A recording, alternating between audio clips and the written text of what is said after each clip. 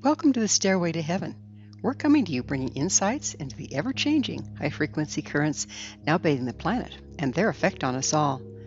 The source of vital information for the evolving human being. I'm Gwilda Wiyaka. The art of ceremony. One definition of ceremony is a unified ritualistic event with a purpose, usually consisting of a number of artistic components performed on a special occasion. When we consider modern-day ceremonies such as weddings, funerals, and graduations, this is a fairly accurate description. However, ceremonies have been with us since the dawning of time. Many ancient ceremonies had a much deeper and more far-reaching purpose. Originally, ceremonies were designed to manage matter at the quantum level. Most ceremonies are intended to engage group agreement. There's much power in group agreement. Each of us carries an energetic power. On a very basic level, each human body generates about 5 watts of energy. To some degree, this energy is directed by our intent. Through ceremony and engaging group alignment with a concept or cause, we combine a portion of our 5 watts with that of the group. This multiplies by the number of people comprising that group. But one need not be in a group to engage the power of ceremony. Through earth alignment, one can access spiritual information or propel their will into the world. Ceremony is designed to engage earth and stellar alignment.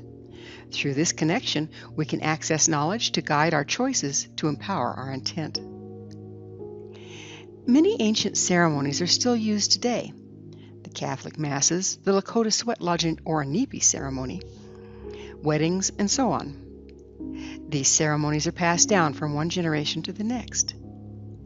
In some instances, the longevity of practice imbues the ceremony with power, as it's repeated verbatim over time. In other instances, the ceremonies have become less powerful. This loss of power can arise from many things.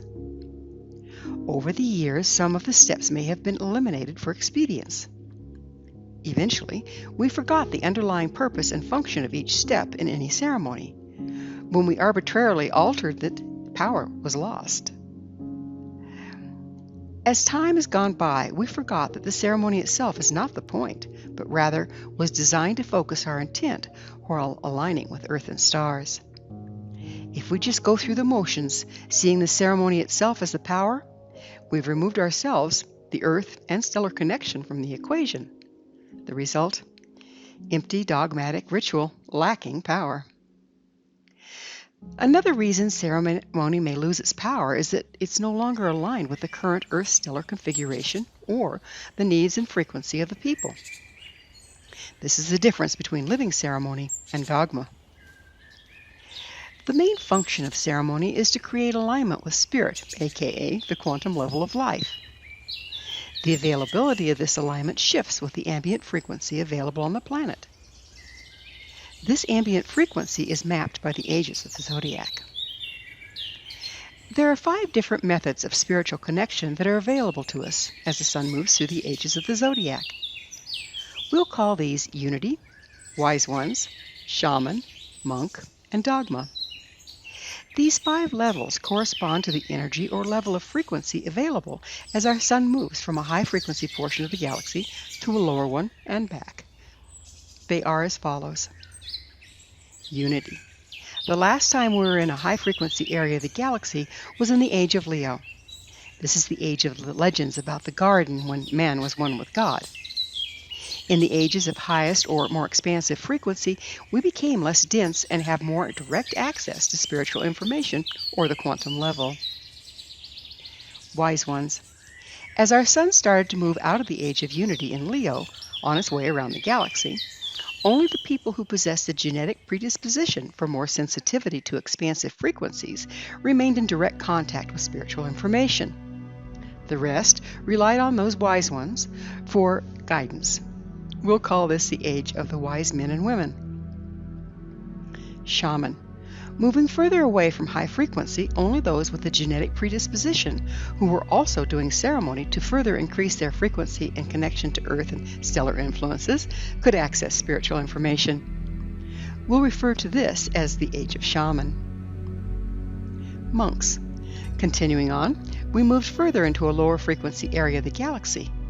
Only those with genetic predisposition who were doing ceremony and who were cloistered from the general populace could access spiritual information. We'll call this the Age of the Monks. Dogma. Finally, in the Age of Taurus, all that was left were the ceremonies and scriptures, with virtually no one having direct access to spirit or unity. This is the center of the Long Dark, the Age of Dogma. Those who performed ceremonies or interpreted the scriptures were the only spiritual guidance available. In the absence of spiritual connection, everything was subject to personal interpretation and the agenda of those doing the interpreting. We've now moved around the zodiac, reversing this process as we enter the Age of Aquarius. Like the Age of Leo, Aquarius is another high-frequency portion of the galaxy. Our continued trek as we cyclically move from dark to light, we pass from dogma, monk, shaman, and wise ones back to unity. This is the very evolutionary process increasingly available to us. Each stage requires a different relationship to ceremony. In addition, every individual may be in a different stage of the process regardless of the age that we're in. The age simply provides frequencies that support one expression over another. It's up to us to seek alignment with the expression that best supports our purpose. This is a long way around the block to explain the importance and necessity of living ceremony. No one ceremony supports all the people at any given time. It's not a matter of memorizing and performing ancient ceremonies verbatim, but rather learning the underlying principles inherent in all ceremonies and using the principles to build a living ceremony appropriate to the time, place, participants, and purpose. A basic formula for ceremony consists of intent and bottom line. Decide the purpose of the ceremony and document in a journal. There's more on intent and bottom line in Stairway to Heaven episode entitled The Hidden Power That Drives Our Lives, Intention and Bottom Line. Run your intention through the 5 laws of ceremonial practice. They are: always work within natural law, do not practice ceremony without permission, do not impose energy where it does not belong, do not take energy away from where it does belong, and do no harm. Setting sacred space. Ceremony requires a loving sacred space where participants feel safe to open their hearts.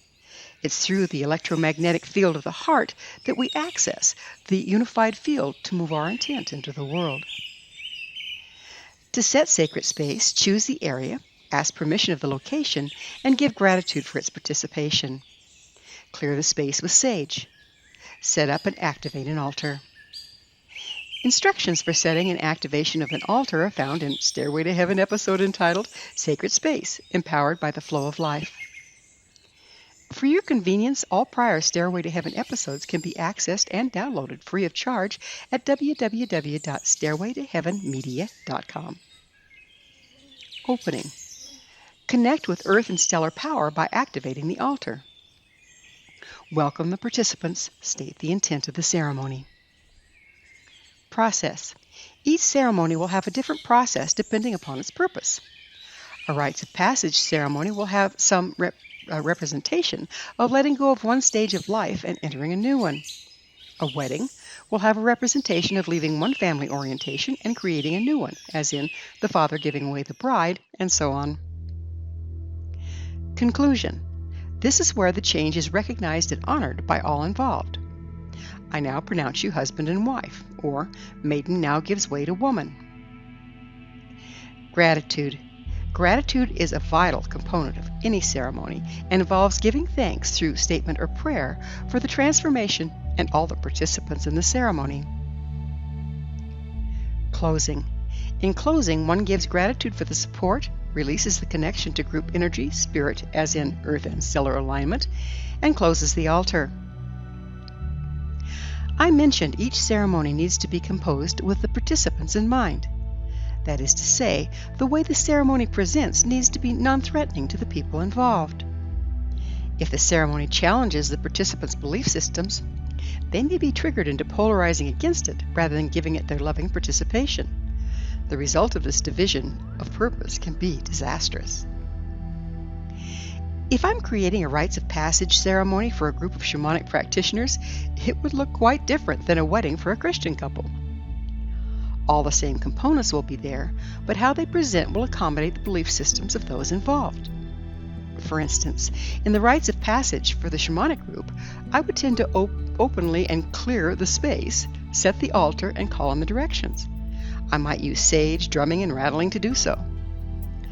For the Christian wedding, I would clear the space and set a very non-intrusive altar ahead of time. Then, with a simple opening prayer, I might invite Creator to join us, to bless our gathering and all the participants as we witness the holy matrimony.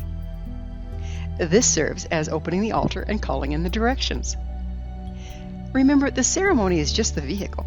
The power is in your intent. When using the principles I've outlined to create a traditional ceremony, it's wise to incorporate the elements of the original conventional ceremony, but repurpose them to fit with the ceremonial practices as I did in the opening space for the wedding. When people go to a wedding, they have come to expect certain things that make them feel comfortable. The familiar framework helps them know what's expected of them, and they can relax into the process. Sometimes a bride and groom may want to totally vary from tradition. I advise them to incorporate just enough of it to put their guests at ease. Ceremony is a formal way of managing the energetic aspects of your life. For the most part, the average person is unaware of the energy present in their world, but they're still impacted by it. A perfect example is in moving from one home to another. What that usually involves is taking all of your stuff from one house, putting it in the next. Done deal. If this is all you do, it may be a long time before you feel at home in your new place. Why? You left all your energy in the old house and moved into one that's still holding the energy of the former residence. This can be solved by using ceremony to clear your new home, removing your energy from the old one and putting it in the new. After removing your energy from the old home, give gratitude for your time there and bless it to its new occupants. By doing this, you've released your attachment to the old and are free to occupy the new home. As with all ceremony, this is done through your intent. To collect your energy, you can use a crystal or any rock and clear it by running it through sage smoke or underwater. Then, hold it and walk counterclockwise through each room, intending all your energy that still serves you leaves the space and moves into the stone. Then, give gratitude and clear your old home with sage, blessing it to the new occupants. To bless to the new occupants, simply state, "I now release you and bless you to your new family." To clear either home, use sage with the intent that the energy that doesn't serve the house's new purpose is dismantled to its constituent parts to be repurposed. After clearing your new home, walk through the space clockwise, holding the stone and intent that your energy is released into your new home. You can get more specific by refining your intent. For instance, you can use a different stone for each room. If there's a child's room that the child has grown and is going away to college, you can remove their essence and send it with them to the dorm, or set it up in an extra bedroom in your new home so they have a comfortable and familiar space to be in when they visit, or both. Once you start working consciously with ceremony, you'll find everything you do can be profoundly effective. Though it may take time and forethought, the results are so empowering, it's well worth the effort. Through this simple practice, you're bringing the power of earth and stellar alignment to help manage energy and enrich your world. Thank you for joining me, Gwilda Wiyaka, on the Stairway to Heaven, where we provide updates on the energetic currents facilitating our evolution into conscious, powerful co-creators. As I'm sure you've noticed, not only do the Stairway to Heaven episodes stand alone, but they weave together to form a map to evolution and personal empowerment as we enter the new era.